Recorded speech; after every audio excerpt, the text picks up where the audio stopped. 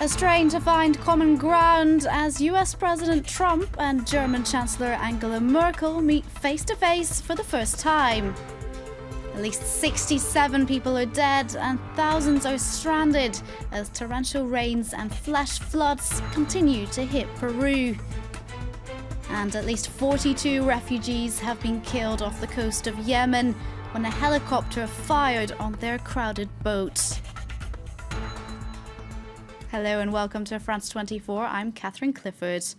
We begin in Washington, where an awkward first meeting took place between President Trump and German Chancellor Angela Merkel this Friday, as the pair tried to forge a working relationship from their two very contrasting positions in world politics. While both made efforts to play down their differences, their opposing views on trade, Russia and immigration made for some uncomfortable moments. Sharon Gaffney reports. A meeting of the two most influential leaders in the Western world. Cold weather had delayed an earlier visit and a frosty atmosphere prevailed as the President and the Chancellor posed for photos at the White House. Trump appeared to decline an invitation for a handshake. Proceedings then moved behind closed doors for talks on terrorism, the conflict in Ukraine and defence spending. Both said they wanted to see fair trade and a fair deal on NATO. I am a trader that wants to see good for everybody worldwide, but I am not an isolationist. The President underlined how important he thinks NATO is. It's of prime importance to us, as we said during our summit meeting in Wales. Germany needs to increase its spending in this area. Relations seemed to thaw later, with Trump making time for a joke at the expense of his predecessor. The President stood by his unproven claim that Obama wiretapped his phones, referring to US intelligence services reported monitoring of Mrs. Merkel's mobile in 2013. As far as wiretapping, I guess, by this past administration, at least we have something in common, perhaps.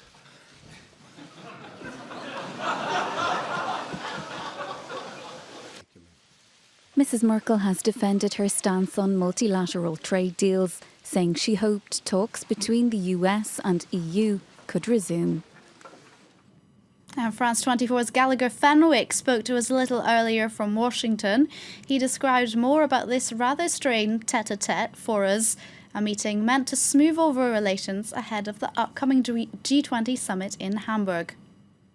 The meeting between US President Donald Trump and German Chancellor Angela Merkel was meant to paper over differences before a key meeting, another one, the G20, which will take place in Hamburg in July of this year. But sharp differences were very much in plain sight when those two stood side by side in the East Room of the White House for a joint press conference. Angela Merkel is a proponent of a strong European Union, which Donald Trump likes to call himself Mr. Brexit. On a number of other key issues, there were sharp differences, contrasts on NATO, on fighting against climate change, welcoming refugees.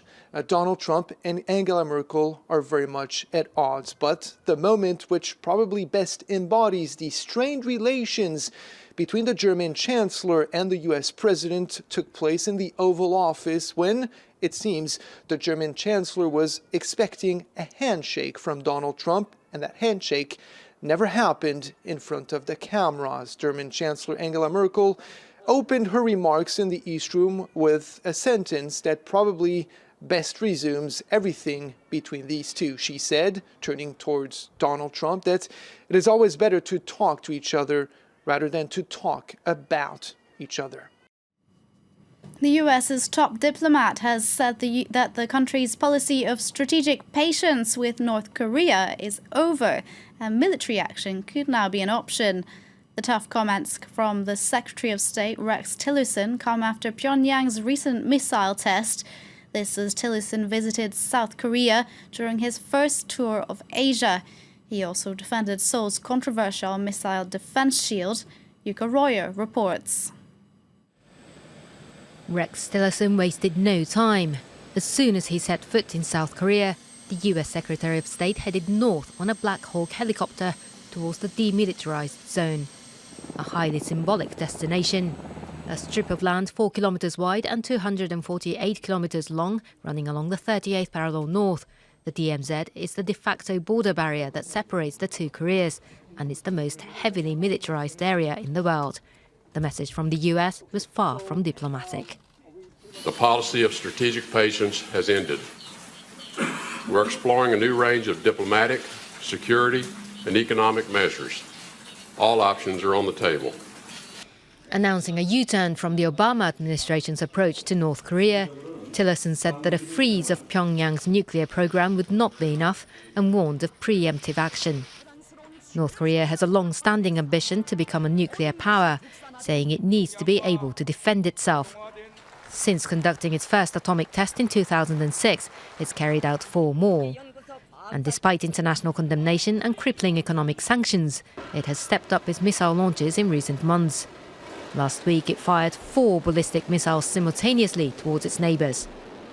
Pyongyang has defended its action, saying it was in response to the deployment of a US-made missile defence shield in South Korea. The third system has also angered China, North Korea's most important ally. The next stop in Tillerson's Asian tour is Beijing. Dealing with Pyongyang will feature high on his agenda. The death toll has risen to 67 in Peru as El Niño rains continue to lash the country. It's the worst such weather there in almost 2 decades, with overflowing rivers across the country damaging over 100,000 homes. Flash floods hit the capital this Friday, stranding thousands as rescue workers scramble to evacuate them. Alexander Okot reports. Clinging on for dear life as El Niño rains turn roads into rapids. The only way to cross the raging waters is to use pulley rope systems built by rescue workers.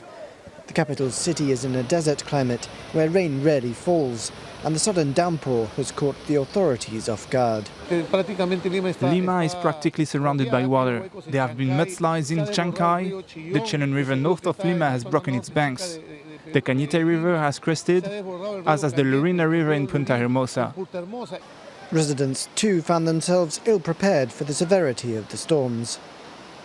Everything is flooded. People are looting because there is no food, there is no drinking water, there isn't anything.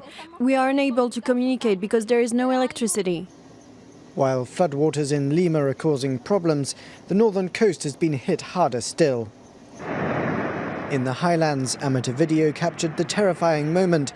Water surged towards several buses, killing at least 5 people. Wow. The president of Peru has declared a state of emergency in the areas affected by the freak weather conditions and has called on Peruvians to stay calm. There has not been an incident of this strength along the coast of Peru since 1998. More than 500,000 people across 24 regions have been displaced by the floods, and it could get worse, with more heavy rains forecast next month. At least 42 refugees were killed off the coast of war-torn Yemen this Friday as their boat was fired on by a helicopter. Dozens of Somalian and Yemeni refugees had been crammed onto the boat. For now, it's unclear who carried out the attack.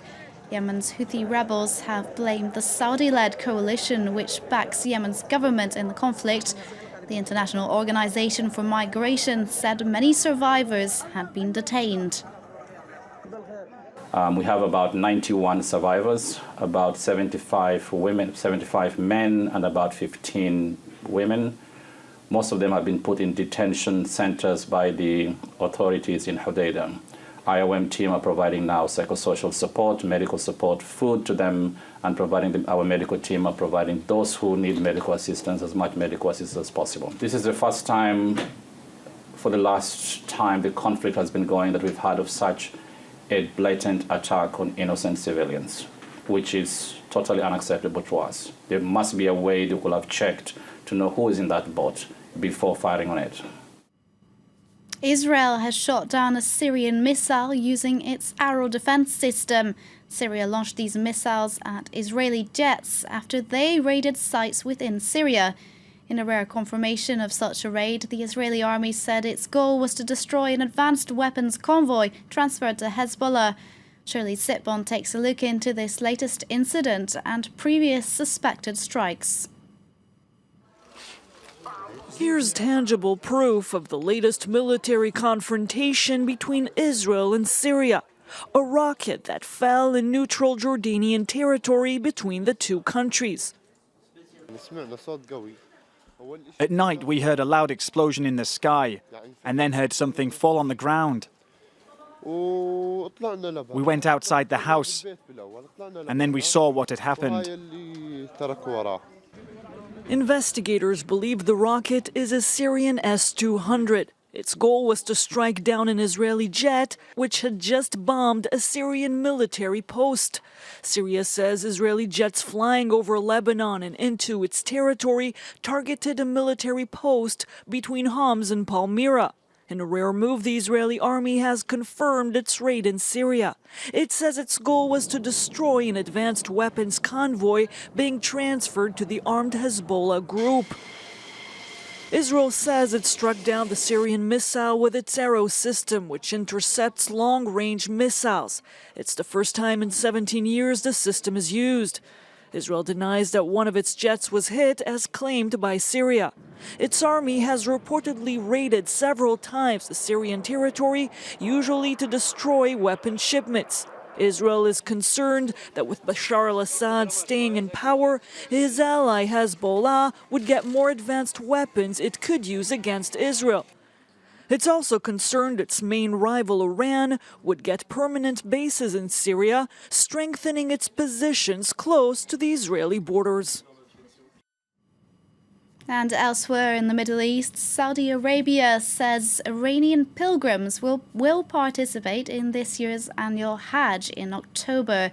Last year, Iran barred its citizens from going to Mecca as relations between the two regional rivals worsened following the deadly stampede during the 2015 Hajj, which left more than 460 Iranians dead. France 24's Yuka Royer has the story. It was the worst Hajj disaster in history. An estimated 2,400 people were crushed to death on the 24th of September 2015, although Saudi Arabia's official tally put the death toll at less than 1,000. By country, Iran lost the largest number of citizens, 464 in total. The crash in Mina added to already mounting tensions between Saudi Arabia and Iran, and led to the severing of diplomatic ties between the two regional rivals.